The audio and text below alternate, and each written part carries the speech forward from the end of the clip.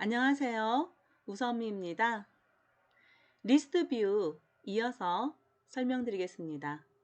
이번에는 리스트 뷰에 동적으로 항목을 추가하거나 삭제하는 걸 예제를 통해서 살펴보겠습니다. 리스트 뷰의 항목을 동적으로 추가하거나 삭제하기 위해서 어레이 리스트를 사용하겠습니다.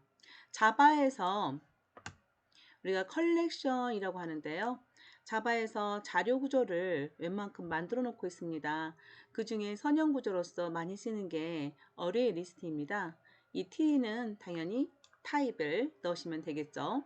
그래서 어레이 리스트에서 제공하는 add와 remove라는 메소드를 이용해서 실습을 수행해 볼 건데요.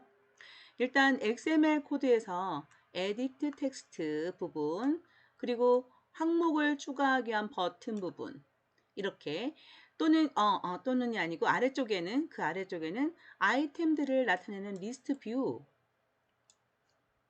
이렇게 디자인을 하고 각각의 아이디는 필수겠죠. 자바 코드에서 set content view에서 기본 레이아웃을 설정하고요. 어레이 리스트를 만들겠습니다. 어레이 리스트 이름을 mid list라고 해서 스트링 타입으로 어레이 리스트를 만들었는데요. 이렇게 new하고 생성하시면 됩니다. 그리고 리스트 뷰는 우리가 앞에 그 과정에서 만들었듯이 이렇게 리스트 뷰 클래스 타입으로 리스트 객체를 생성해서 XML에서 만들어 놓은 리스트 뷰와 연결을 시켰습니다. 그리고 일반 기본적인 리스트 뷰를 만들었듯이 어레이 어댑터 뷰, 어댑터, 그러니까 어레이 어댑터를 이용해서 리스트 뷰의 모양이나 리스트 뷰에 뿌려줄 내용을 선택한다고 했잖아요. 자, 어레이 어댑터 이걸 이용해서 앞에 실습에서는 스트링 배열 거기에 항목들을 담아놨다가 연결을 했는데 우리는 리스트 이렇게 어레이 리스트를 만들어서 연결을 할 거예요. 따라서 이 부분의 모양은 심플 리스트 아이템이지만 이렇게 만들어 놓은 어레이 리스트를 연결을 시켰습니다. 그리고 나서 리스트 변수에 그 만들어진 어댑터를 세팅해 놓는 거죠. 그리고 또 다른 XML에서 만든 아이디를 부여했던 에디트 텍스트 상자와 그리고 버튼도 자박보드에서의 변수와 연결을 시켜줬습니다. 온 클릭 리스너 이거를 버튼에 연결하고 있네요. 자, 버튼을 클릭하면 발생할 수 있는 이벤트 액션 처리를 위해서 온클릭 리스너를 설정하면서 만들어주고 있습니다. 온클릭 리스너는 온클릭 메소드를 반드시 구현해야 되죠. 자, 이 안에서 보니 어댑터 클래스를 이용해서 리스트와 어레이 리스트를 연결시켜 놨죠. 그리고 실제 내용들은 어레이 리스트에 들어있어요. 따라서 내용을 추가하는 것은 어레이 리스트에 추가하시면 되는 거죠. 그래서 이렇게 어레이 리스트 이름 add라는 메소드를 이용해서 getText adt item이라는 점하고 getText를 이용해서 선택한 항목을 우리가 이제 입력한 항목이겠죠. 그래서 입력한 항목을 가져옵니다. 그 입력은 edit 텍스트에서 입력을 했을 거 아니에요. 그래서 edit 텍스트 이름 get 텍스트 이렇게 가져오는 거고, edit 텍스트가 앞에서 우리가 실습했던 바에 의하면 스트링이 아니었죠. 그래서 스트링으로 변환시켜서 어레이 리스트에 넣어준 겁니다. 그리고 어레이 리스트에 넣어줬고, 어레이 리스트와 리스트 뷰를 연결시켜주고 있는 것이 어댑터였는데요. 이 어댑터를 갱신한다고 생각하시면 되겠네요. 그래서 notify dataset changed라는 메소드를 이용해서 바꿔주면 이제 변경된 것이 리스트 뷰에 나타나게 됩니다.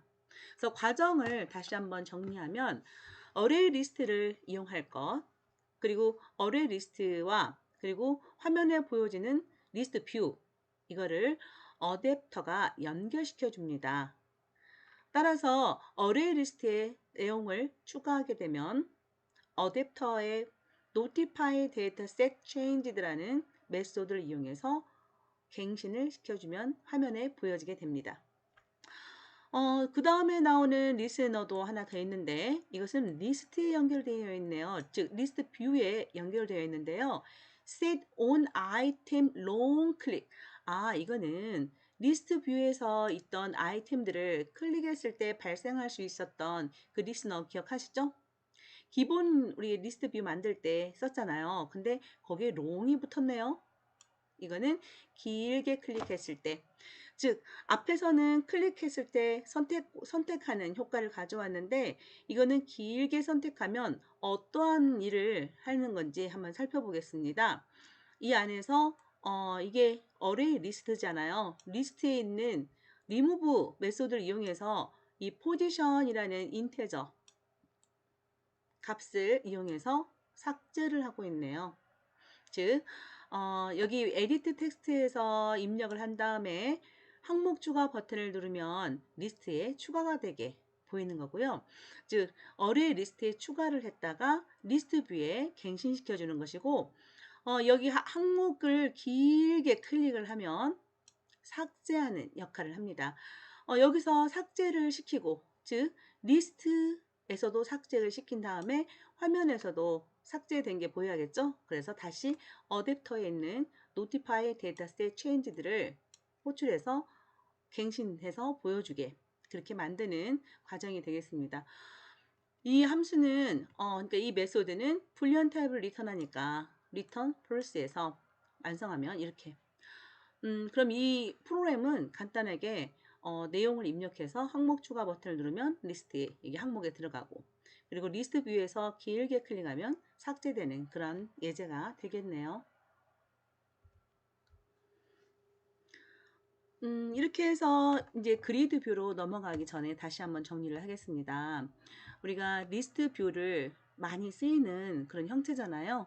그래서 리스트 뷰는 가장 기본적인 것은 저랑 타이핑하면서 만들어 보셨거든요. 리스트 뷰에 나열할 내용을 스트링 배열로 만들어 놓고 그리고 리스트 뷰 클래스 타입의 객체를 생성한 후에 XML에서 리스트 뷰를 만들어 연결시키고 그리고 어레이 어댑터라는 클래스를 이용해서 리스트 뷰의 모양도 결정하면서 리스트 뷰에 채워줄 내용을 선택합니다. 그 내용은 동그라미 1번의 과정에서 만들었던 배열을 연결시켰었죠.